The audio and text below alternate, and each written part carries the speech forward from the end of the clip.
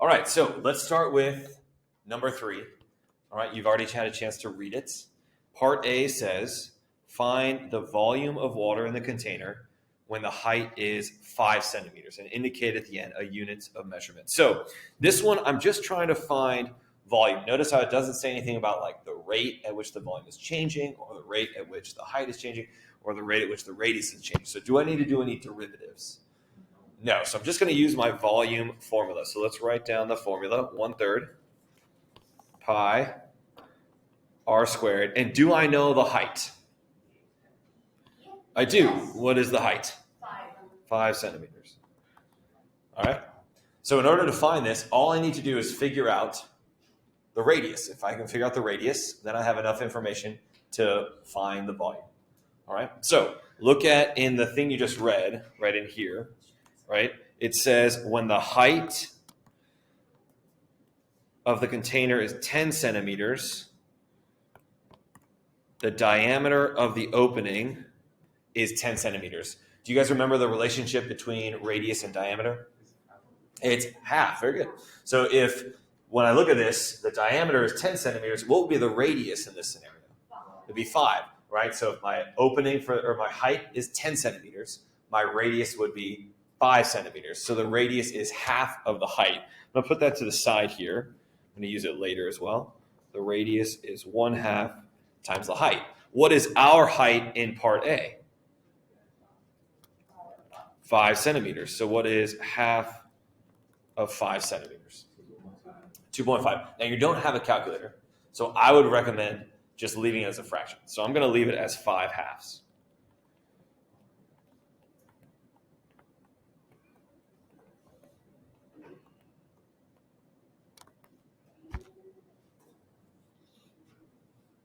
And now we have everything we need to figure out the volume. I'm going to leave the 1/3 pi right there for now. If I square a fraction, you guys remember how to square a fraction from algebra?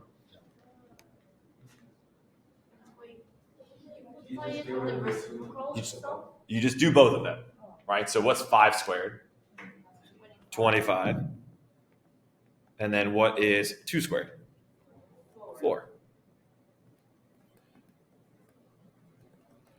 All right, so now it just becomes, can you multiply across with your fractions?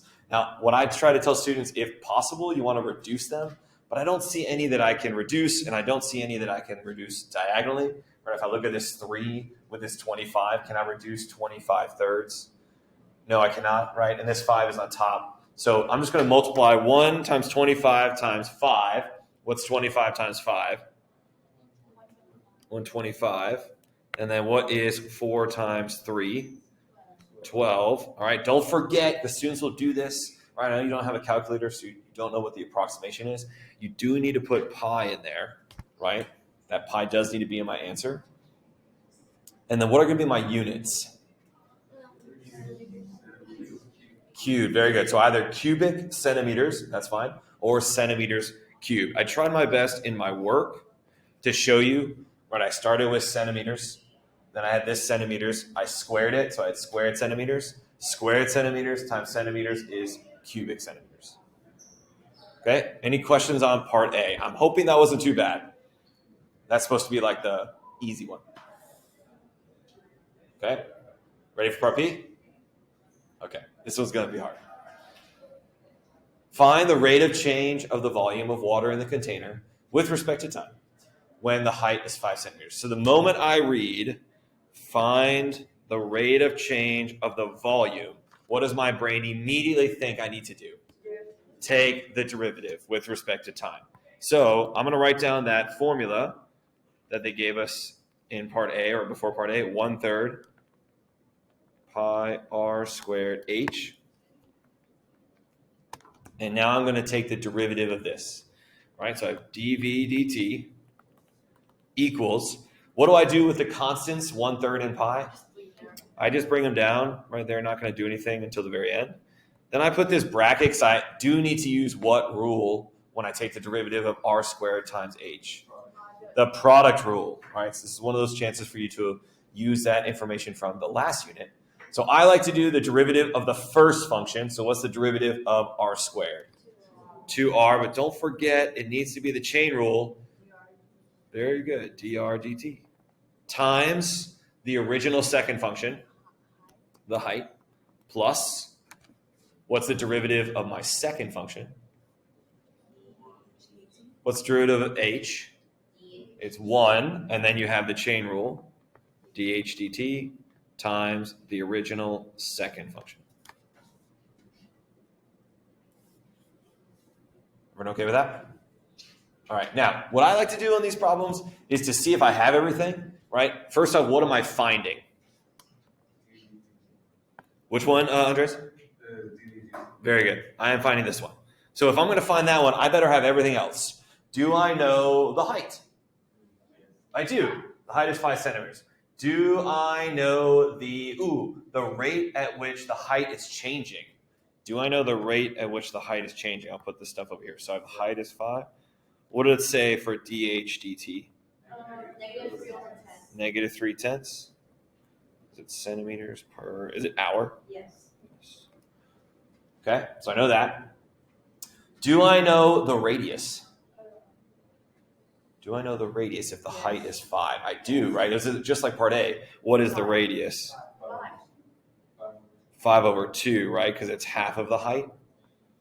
So the only thing I don't know right now that's keeping me from finding the answer is my dr dt, right? I don't know this. All right, so what I'm going to do real quick is I'm going to do kind of like a little bit of a sidebar here to find out what that is.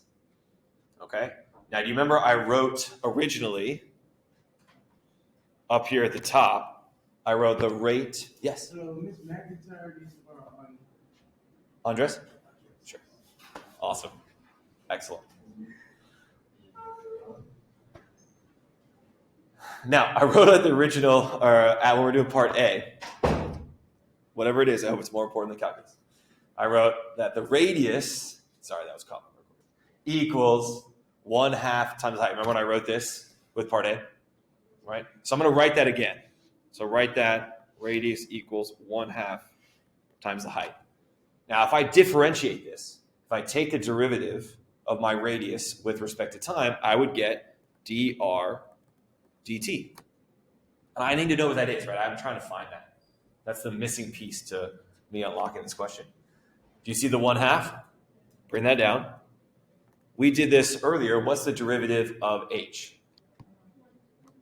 1 and then dh dt.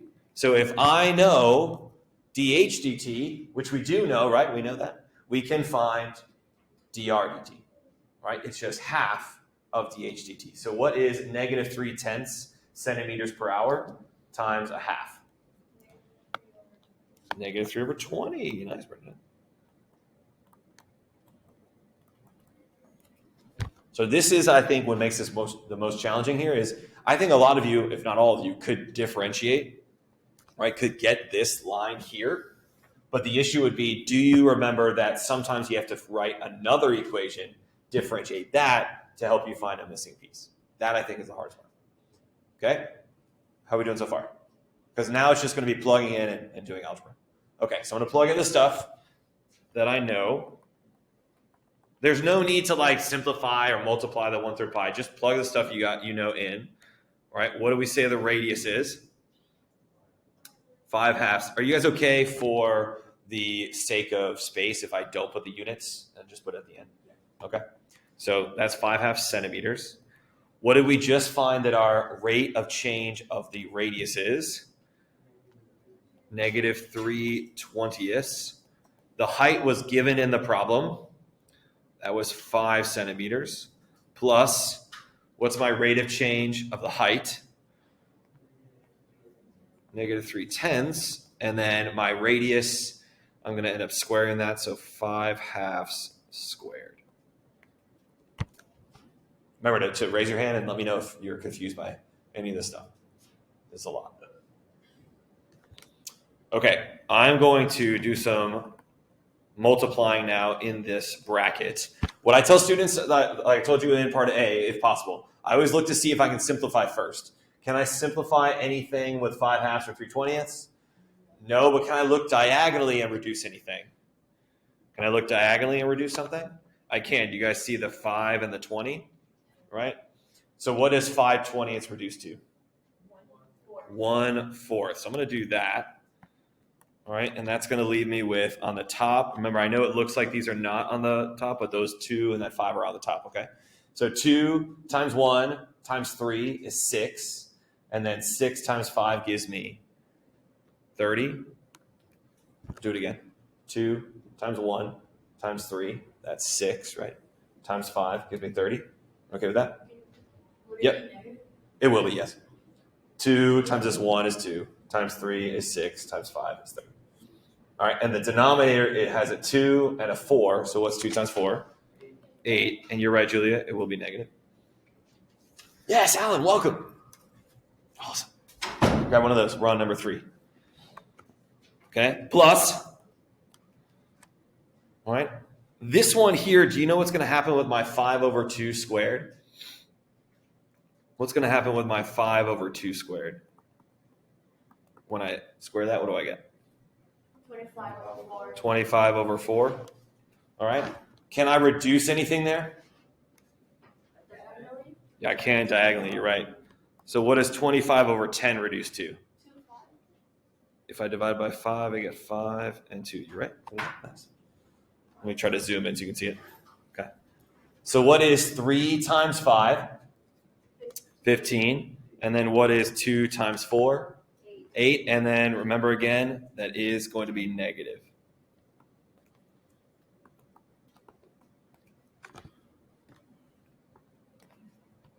Is everyone okay? No, that was a lot. So I think maybe I lost you, Jed. I lose you with the 5 squared is 25, 2 squared is 4. No? Okay. Number 3, B. All right, now we actually do have a common denominator here. So I can go ahead and just add those together, the numerators. So what is 30 plus 15? 45. All right, and we're almost there. Now, do you see the 1/3 that's in the front? If you look diagonally, what is 45 divided by 3? 15. So my answer here, I'm going to put a unit as well, all right, is going to be negative 15/8 pi. All right, and this is the rate of change of the volume, all right? So it's going to be cubic centimeters per hour. And that's it for B.